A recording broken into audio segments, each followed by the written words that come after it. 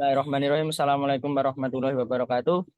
Kami dari kelompok 5 izinkan untuk mempresentasikan materi yang telah kami buat yang berjudul kendala dan hambatan yang dihadapi. Sebelumnya perkenalkan anggota kelompok kami. Yang pertama ada Afi Maharani dengan NIM akhir 0108. Setelah itu ada Rendra Nur Hidayat dengan NIM akhir 120. Setelah itu ada Laura Kornikova dengan NIM akhir 105. Setelah itu ada Dimas Oktananda Pangestu Putra dengan NIM akhir 046. Ada juga Revandio Arsaka yang dengan NIM akhir 090. Setelah itu ada Vilda Pratiwi dengan NIM akhir 128.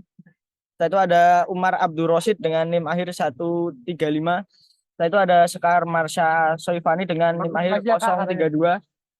Setelah itu ada Alhima Arsagina dengan NIM akhir 055. Yang pertama adalah technical enabler. Pendukung teknis. Kemajuan teknis diperlukan dalam 3 bidang. Yang pertama, peningkatan elemen infrastruktur dasar. Yang kedua, peningkatan perangkat lunak dan analitik data. Yang ketiga, pengembangan standar teknis dan solusi teknologi untuk interoperabilitas.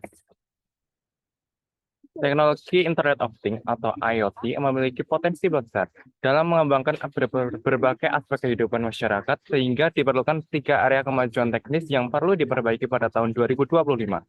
Yang pertama, perbaikan infrastruktur dasar seperti komponen perangkat keras yang lebih murah dan mampu, serta konektivitas yang meluas.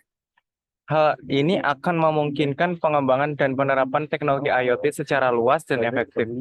Dengan perangkat keras yang lebih murah, akan lebih mudah bagi perusahaan dan individu untuk membeli dan memasang perangkat IoT pada skala besar.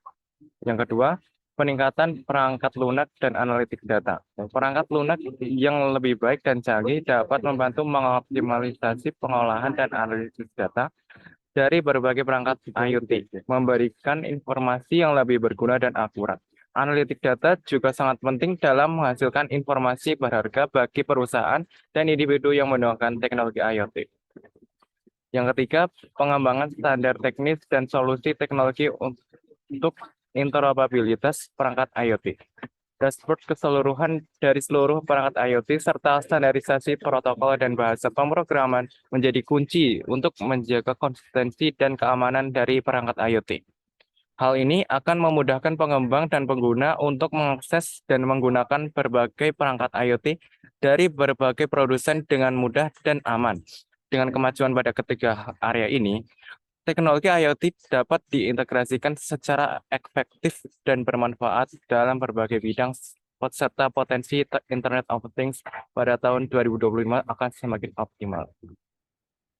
Infrastruktur perangkat keras. Hardware infrastructure, yaitu salah satu persyaratan dasar IoT, adalah memiliki kapasitas jutaan perangkat, mesin, dan komputer untuk berbicara satu sama lain. Terkadang melintasi jarak yang jauh. Agar hal ini terjadi, diperlukan 2 jenis teknologi dasar yang menciptakan infrastruktur internet yang dapat berkembang. Biaya komponen dan daya komputasi harus turun-turun agar aplikasi IoT hemat biaya. Saat ini banyak aplikasi secara teknis dapat dipecahkan, tetapi tingginya biaya komponen seperti node sensor atau dengan komunikasi dengan satu daya membuat implementasi menjadi tidak praktis. Namun, penurunan biaya mikroelektronika harus membuat komponen penting lebih terjangkau. Misalnya, biaya semikonduktor berbasis transistor telah turun sebesar 50% dalam 3 tahun terakhir, sedangkan biaya sensor MEMS menurun sebesar 35%. Banyak koneksi jarak pendek ke sensor IoT tidak memerlukan layanan data seluler karena data akan berjalan melalui jaringan area lokal berdaya rendah. Namun, banyak aplikasi yang membutuhkan komputasi analitik data lebih kompleks dari berbagai sumber akan memerlukan konektivitas di mana-mana yang belum tersedia, terutama di negara berkembang. Bahkan di negara maju, layanan data nirkabel bisa tidak merata dan tidak dapat diandalkan di luar pusat kota, di mana banyak pabrik gudang dan bangunan industri lainnya berada. Di Amerika Serikat, beberapa memuat data sensor ke drive USB karena mereka tidak dapat mengandalkan data nirkabel di negara berkembang yang bercakupan. Ya, di sini ada tabel penurunan dari average selling price. Yang pertama ada LED bulbs, terus LED lamps. Intinya dari tabel ini, IoT membutuhkan perangkat keras murah dan hemat energi serta konektivitas yang merata untuk berkembang dengan baik. Penurunan biaya komponen dan biaya pemrosesan telah membuat implementasi aplikasi IoT lebih terjangkau. Node sensor yang murah dan hemat energi memungkinkan pemantauan peralatan jarak jauh dan aplikasi pertanian presisi. Selain itu, biaya tag RFID juga harus lebih murah agar dapat digunakan secara luas. Ketersediaan daya pemrosesan murah dapat dan metode penyimpanan data yang efisien sangat penting mengingatkan volume data yang dihasilkan oleh perangkat IoT yang semakin besar. Konektivitas yang merata juga menjadi tantangan, terutama di daerah berkembang dan di luar pusat perkotaan. Keberhasilan IoT membutuhkan infrastruktur, konektivitas yang dapat diandalkan, dan harga yang terjangkau untuk memastikan perangkat IoT dapat berkomunikasi secara efektif.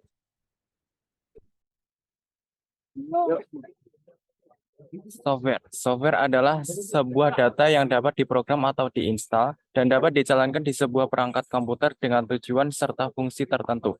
Nilai sebenarnya dari aplikasi IoT ini berasal dari menganalisis data dari berbagai sensor untuk membuat keputusan berdasarkan data tersebut.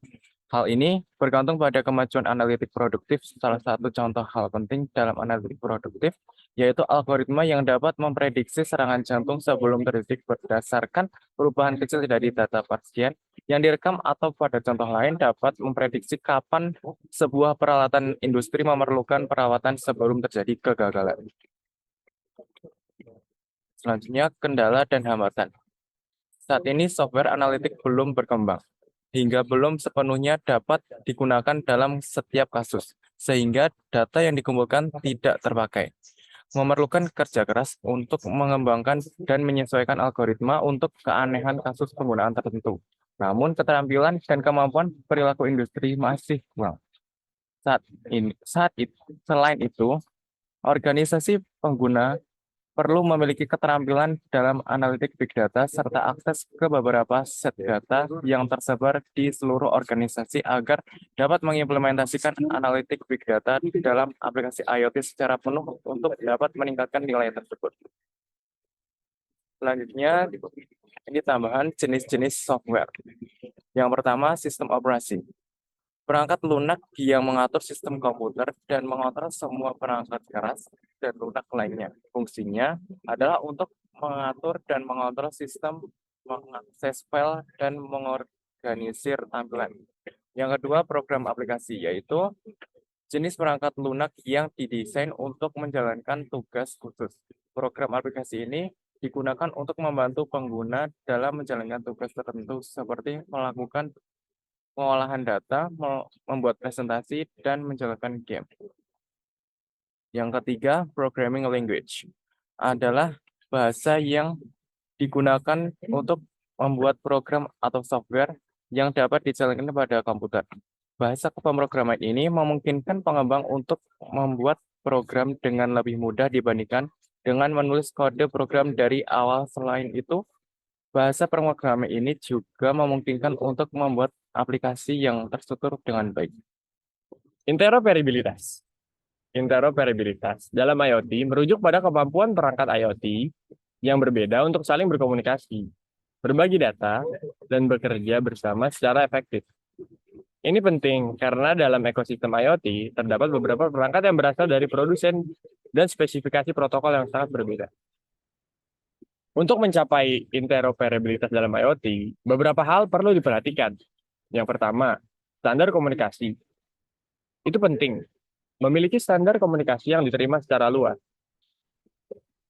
Yang kedua, ada protokol terbuka. Penggunaan protokol terbuka memungkinkan perangkat IoT untuk saling berkomunikasi dan berbagi data dengan perangkat lainnya. Yang ketiga, ada integritas dengan cloud dan platform. Perangkat IoT harus dapat berinteraksi dengan platform dan layanan cloud yang berbeda agar memudahkan interoperabilitas antar perusahaan. Keamanan dan privasi. Interoperabilitas dalam IoT harus memperhatikan aspek keamanan dan privasi penggunanya.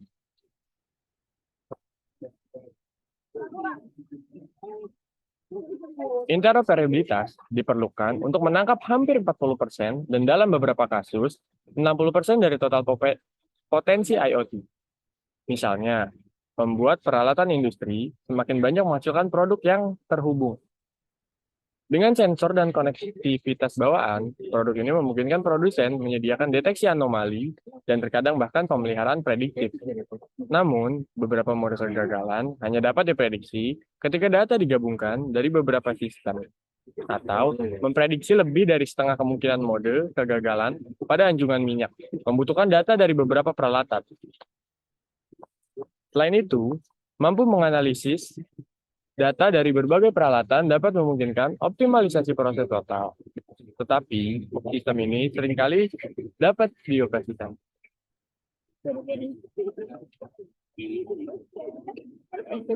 Ada banyak hambatan interoperabilitas, termasuk kurangnya protokol lunak umum, perangkat lunak antarmuka, format data standar, dan protokol konektivitas umum. Satu potensi jalan untuk mengatasi rintangan ini adalah dengan menciptakan standar teknologi bersama. Asosiasi industri, pemasok teknologi, dan pembuat kebijakan dapat berkolaborasi untuk membuat standar tersebut. Platform terjemahan atau agresi, termasuk antarmuka pemrograman aplikasi umum atau API, juga diperlukan untuk mengelola komunikasi di antara berbagai aplikasi. Mereka dapat memungkinkan pengguna IoT untuk mengekstraksi dan mengelola informasi dari beberapa perangkat dan menghasilkan wawasan dan nilai yang disediakan oleh interoperabilitas. Non-technical enablers. Pengaktifan non-teknis. Selain kemajuan dalam perangkat keras, konektivitas, dan perangkat lunak berbiaya rendah, mencapai potensi Internet of Things memerlukan peningkatan keamanan dan metode untuk memastikan privasi. Perlindungan kekayaan intelektual dan penugasan kepemilikan data, perusahaan dan organisasi lain yang ingin memaksimalkan manfaat aplikasi IoT dan mungkin membangun model bisnis di sekitar mereka akan membutuhkan bakat dan sikap yang tepat untuk mengelola inisiatif IoT yang berhasil dan membuat keputusan berdasarkan data. Karena aplikasi IoT menyentuh begitu banyak